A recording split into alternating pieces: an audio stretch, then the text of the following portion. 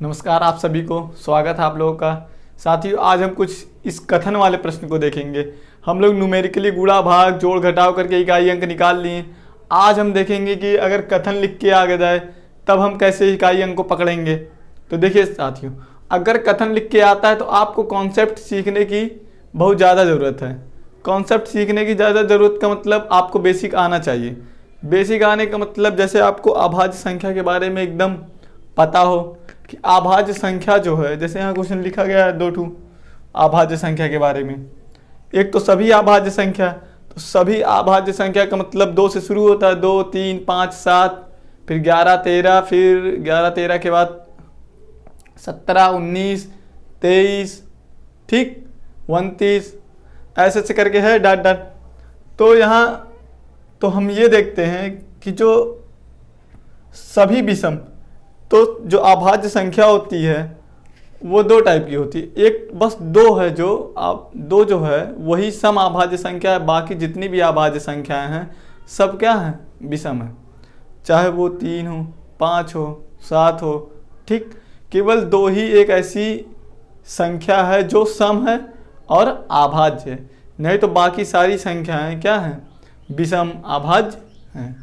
बाकी सारी संख्याएं का मतलब अभाज्य संख्याओं में केवल 2 ही सम अभाज्य संख्या है, बाकी सारी विषम अभाज्य संख्या है। तो यहाँ देखिए पहले प्रश्न को देख लीजिए। यहाँ लिखा गया सभी प्राकृतिक संख्याओं के गुणनफल का इकाई अंक कितना होगा, ठीक, या इकाई अंक क्या होगा। तो सभी प्राकृतिक संख्या का मतलब प्राकृतिक संख्या की शुरुआत किससे होती है, 1 से। 1, 2, 3, 4, 5, 6, 7, 8 ऐसे करके। तो अगर हम सभी प्राकृतिक संख्या को देखें तो एक यहाँ पूछा है कि सभी प्राकृतिक संख्याओं के गुणनफल का इकाई अंक होगा। गुणनफल कहाँ है, इसका मतलब एक पहली प्राकृतिक संख्या 1, फिर 2, फिर 3, फिर 4 गुणे, फिर 5 गुणे, 6 गुणे, 7 गुणे, 8 गुणे, 9 ऐसे डॉट डॉट करते आप चले जाएंगे ना। यही तो कहा है कि सभी प्राकृतिक संख्याओं के गुणनफल का इकाई अंक क्या होगा। तो देखिए सभी प्राकृतिक संख्या 1 गुणे 2 गुणे 3 गुणे 4 गुणे 5 गुणे 6 गुणे 7 गुणे 8 ऐसे गुणे 9 गुणे 10 गुणे 11 गुणे 12 गुणे 13 ऐसे ऐसे डॉट डॉट डॉट पूरा गुणा होता चला जाएगा।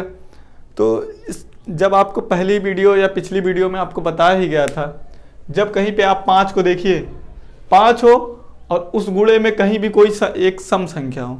हमने ये कहा था कि अगर कहीं भी गुणे में 1 5 हो और 1 सम संख्या हो तो उस 5 और सम संख्या का गुणा कितना हो जाएगा। जैसे यहाँ 5 है, इस 5 का गुणा कितना हो जाएगा, 6 में अगर आप गुणा करिए तो 5 छक 30, ठीक। अब अगर पीछे 0 आ गया तो आप जानते हैं अगर किसी भी संख्या में अगर पीछे 0 आ जाता है या इकाई का अंक आ जाता है तो हमेशा उस संख्या में किसी भी संख्या से गुणा किया जाए हमेशा कितना आएगा, इकाई का अंक 0 ही आएगा। तो इसका मतलब आप देख कर इसका आंसर बता सकते हैं कि 1 गुणे 2 गुणे 3, यहाँ 5 हमें दिख गया और यहाँ कोई एक सम संख्या दिख गई, तो इन दोनों का गुणा हमेशा क्या आएगा, 0। जैसे 5 छक 30। तो आप अब 30, ये पीछे 0 आ गया, आप सीधे किसी भी संख्या से गुणा करिए हमेशा क्या आएगा, 0 पीछे का अंक। तो यानी कि सभी प्राकृतिक संख्याओं के गुणनफल का इकाई अंक क्या होगा, 0, ठीक। मतलब यही है कि जहां भी आपको 5 दिखे गुणे में, अगर उसी गुणे में कहीं कोई एक सम संख्या है तो आप उसको देख कर ही इकाई का अंक 0 लगा दीजिए, वो ऑटोमेटिक सही हो जाए। सही ऑटोमेटिक क्या सही होगा कि ऐसे ही आप देख के जान सकते हैं 5 छक 30, पीछे 0 आ गया, इसका मतलब अब 0 0 पीछे आता जाएगा, ठीक। यह कह रहा है तो आप इसको देखें,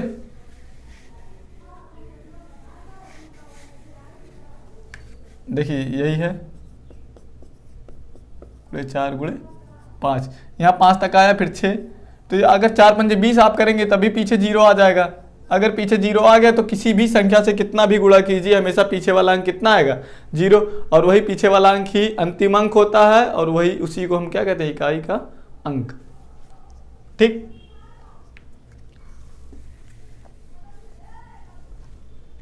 तो यहाँ पहले इस क्वेश्चन में कौन सही होगा, पहला ऑप्शन।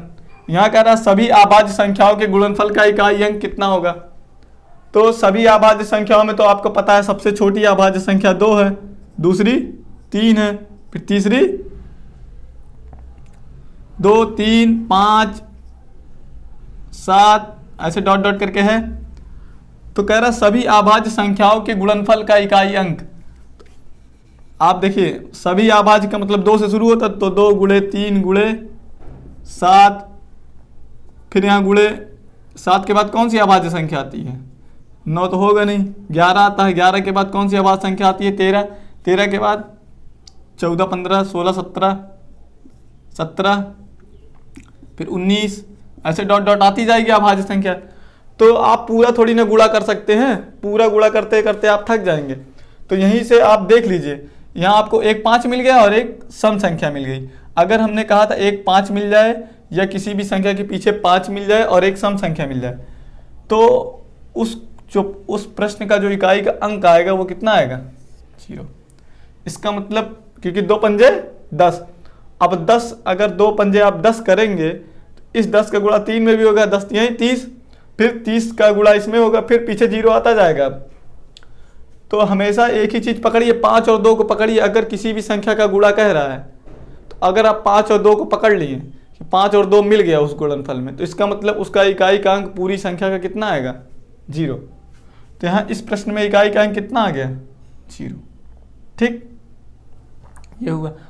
यानी कि सभी अभाज्य संख्याओं के गुणनफल का इकाई अंक कितना होता है? 0। ठीक, नीचे वाले प्रश्न को देखिए, कह रहा सभी विषम अभाज्य संख्याओं के गुणनफल का इकाई अंक। अब यहाँ देखिए कह रहा सभी विषम अभाज्य संख्या। सभी विषम अभाज्य संख्या का मतलब आपको 2 को छोड़कर, अभाज्य संख्या 2 से शुरू होती हैं, लेकिन विषम अभाज्य कह रहा विषम अभाज्य कितने से शुरू होता है? 3 5 फिर 7 11 13, ये सबसे शुरू होता है। तो कह रहा सभी अभाज्य संख्याओं के गुणनफल का इकाई अंक क्या होगा? तो सभी अभाज्य संख्या 3 से शुरू होती है, 3 5 7 11 13 17 19 23 29 डॉट डॉट डॉट डॉट। हाँ, कह रहा है इस सभी अभाज्य संख्याओं के गुणनफल का इकाई, तो गुणा करिए। गुणनफल कह रहा है तो गुणा। तो यहाँ आप देखिए हमने एक चीज ये बताइए कि अगर एक तो 5 दिख जाए और एक सम संख्या दिख जाए कोई, तो उस गुणनफल का हमेशा इकाई का अंक कितना आएगा? 0। लेकिन अब क्या होगा? अब अगर 5 दिख जाए, 5 तो दिख गया आपको, चाहे इकाई अंक के रूप में दिखे चाहे अकेला 5 रहे, तो अगर 5 आपको दिख गया तो उस 5 से किसी भी विषम संख्या से गुणा करिए, हमेशा इकाई का अंक कितना आएगा? 5 ही। चाहे एग्जाम्पल देख लीजिए, अगर ये 15 है, अगर हम 15 को 3 से गुणा करते हैं तो 15 3 45, इकाई का अंक पीछे 5 आ गया ना। ठीक, अगर हम 25 का गुणा 5 से करें, सॉरी 5 से ना करके आप 7 से कर दीजिए, तो 25 सत्ते कितना होता है? 175। ठीक, तो हमेशा इकाई का अंक कितना आएगा? 5 है। तो जब विषम संख्याएं होंगी और विषम अभाज्य संख्याएं होंगी, जब विषम अभाज्य संख्या होगी तो जो 5 होगा, 5 जो होगा विषम अभाज्य संख्या होगा, उस 5 के बाद सारी संख्याएं क्या होंगी? विषम। और कोई अगर एक अंक 5 हो और सारी संख्याएं विषम हो, तो उन सब का गुणा करने पर हमेशा इकाई का अंक कितना आता है? 5। ठीक, इसका मतलब इस पूरे गुणा का इकाई अंक कितना आएगा? 5। चाहे तो आप बारी बारी गुणा करके देख सकते हैं कैलकुलेटर से। 3 5 15, फिर 5 आया, 5 7 35, फिर 5 आया, 35 के पीछे 5, फिर 11 5 55, 55 के पीछे 5, फिर 5 उठाएं, 13 5 65, फिर 5 आया, ऐसे मतलब पीछे। इसका मतलब यही हुआ कि सभी समअभाज्य संख्याओं का गुणनफल का इकाई का अंक जो होता है वो कितना होता है? 5। ठीक, ये ध्यान देंगे, क्योंकि ना तो यहाँ कहीं पे 2 आ रहा है, क्योंकि सम कह रहा सभी विषम अभाज्य, सम तो है नहीं कि यहाँ 0 आ जाएगा, सब विषम विषम है। तो 5, जब 5 केवल विषम में रहे और सारी संख्या भी विषम में रहे, तो उन सब का इकाई का अंक कितना आएगा? 5 ही। ठीक,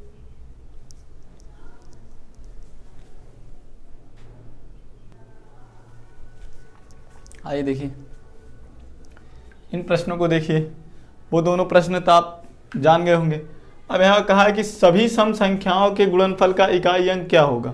ठीक, तो सबसे पहले आप जानते हैं सम संख्याएं क्या होती है? जो 2 से कटती हैं, 2 4 6, 8, 10, 12, 14 डॉट डॉट डॉट डॉट। ठीक, कह रहा सभी सम संख्याओं के गुणनफल का इकाई एक अंक। तो आप गुणा करिए यहाँ। तो हमने एक चीज बताई गई थी, अगर 0 आ गया है पीछे इकाई का अंक किसी संख्या में, अगर 0 आ गया है तो वो जो गुणनफल होगा उस पूरे गुणनफल का इकाई का अंक कितना होगा? 0। इसका मतलब पहला ऑप्शन सही है। और हमने एक चीज ये भी कहा था कि या तो किसी संख्या के पीछे 0 आ जाए, या किसी संख्या का इकाई अंक 0 हो, तब उस कितना भी बड़ा वो गुणा हो हमेशा उसका इकाई का अंक क्या होता है? 0 ही होता है। और एक चीज हमने ये भी कहा अभी कुछ देर पहले कि या तो 2 आ जाए, 2 ना आए, या तो कोई सम संख्या आ जाए और कोई 5 आ जाए। मतलब गुणनफल का व्यंजक कोई दिया गया है, उसमें किसी के इकाई अंक का 5 आ जाए या खुद 5 आ जाए और उस गुणनफल में कोई सम संख्या लिखी गई हो, तो हमेशा उस गुणनफल का इकाई का अंक क्या होता है? 0। तो यहाँ तो 10 है ऑलरेडी, तो 0 ऑलरेडी है, तो इस 10 से हम कितना भी गुणा करेंगे आप पीछे 0 आता जाएगा। चाहे आप 10 दूनी 20 करेंगे, फिर 20 चौका 80, 80 8 56 560। ठीक, 560 अठे, टेबल पढ़ते जाइए, पीछे 0 लगता चला जाएगा, चाहे जितना गुणा हो, चाहे फिर 16 हो। ठीक, फिर 20 आ जाएगा। इसका मतलब सभी सम संख्याओं के गुणनफल का इकाई का अंक कितना होता है? 0। ठीक, यह लिखा गया सभी विषम संख्याओं के गुणनफल का इकाई का अंक। तो विषम संख्या क्या होती है? जो 2 से ना कटे, यानी कि 1। कौन कौन सी विषम संख्या? 1, 3, 5, 7, 9, 11, 13, 15। ठीक, इन सब का गुणनफल का पूछ रहा है ना क्वेश्चन। देखिए कह रहा सभी विषम संख्याओं के गुणनफल का इकाई का अंक। तो आप कुछ संख्याएं ले लीजिए, डॉट डॉट डॉट डॉट, बहुत सारी हैं। तो यहाँ हमने आपसे एक चीज़ बताई अभी अभी कि अगर विषम संख्या हो, ठीक, अगर विषम संख्या हो और उनमें से कोई एक विषम संख्या 5 हो या जिसके पीछे 5 हो, जैसे यहाँ देखिए 5 है एक विषम संख्या और सारी संख्या क्या है? विषम। तो अगर 5 हो और सारी संख्या विषम हो तो उसका इकाई का अंक हमेशा कितना आता है? 5।